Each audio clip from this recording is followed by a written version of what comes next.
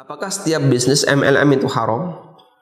Ataukah ada bagian MLM yang diperbolehkan? Karena ada fatwa MUI yang membolehkan MLM. Bahkan ada MLM yang sudah mendapatkan sertifikat halal. Mohon Anda bedakan antara produk dengan sistem. Ada produk yang dia mendapatkan label halal dari MUI. Dan kita tidak menggugah bagian ini. Karena produk itu yang penting tidak ada zat yang haram, tidak ada zat yang najis, maka hukum asalnya halal untuk dikonsumsi.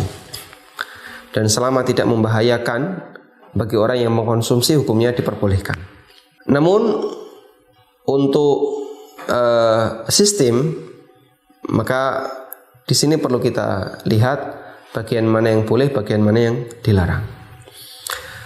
Dan tidak semua sistem MLM yang ada di negara kita, bahkan di dunia, dia memenuhi standar syariat.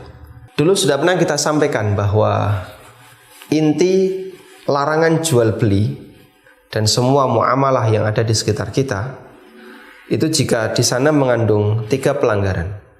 Ada unsur dolim, ada unsur riba, atau unsur gharar. Nah, di MLM itu yang dominan yang mana? Insya Allah nggak ada dolim. Kenapa? Mereka saling ridho. Kalau merasa didolimi mungkin banyak, yaitu para downline yang sudah nggak bisa dapat, nggak dapat downline bawahnya lagi karena sudah mengalami saturasi. Kalau unsur riba insya Allah nggak ada, karena statusnya jual beli biasa. Yang ada adalah bagian ini, ketidakjelasan. Gharar inilah yang dominan dalam MLM. Karena itulah inti dari MLM, mana yang boleh, mana yang tidak adalah pertanyaannya, ada nggak ghararnya? Kalau nggak ada ghararnya boleh, kalau ada ghararnya hukumnya dilarang. Nah, cara untuk meneliti ada ghararnya atau tidak gimana? Dulu sudah kita bahas tentang teori iwad dan muawad. Ya. Anda lihat bagaimana keseimbangan antara iwad dan muawad. Antara apa yang dibayarkan dengan apa yang diterima.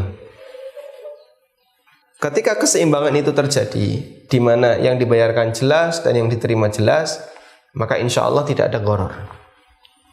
Tapi ketika dua hal ini tidak terjadi, antara yang dibayarkan dengan yang diterima, salah satu tidak jelas misalnya, maka di situ ada gharar.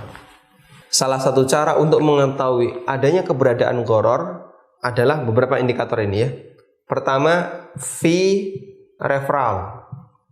Ketika di sana ada fee referral, itu biasanya mengandung gharar yang sangat jelas. Yang kedua adalah ada fee dapat downline yang berbayar.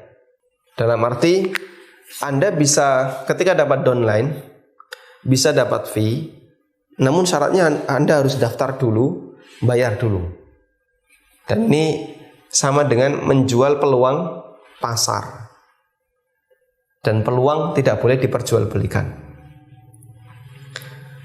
Kemudian yang ketiga, nilai produk tidak sebanding dengan biaya daftar, biaya member ya. Misalnya produknya sangat murah, tapi biaya membernya mahal. Dan jika ada 3 hal ini, maka Anda bisa nyatakan bahasanya MLM itu mengandung gharar.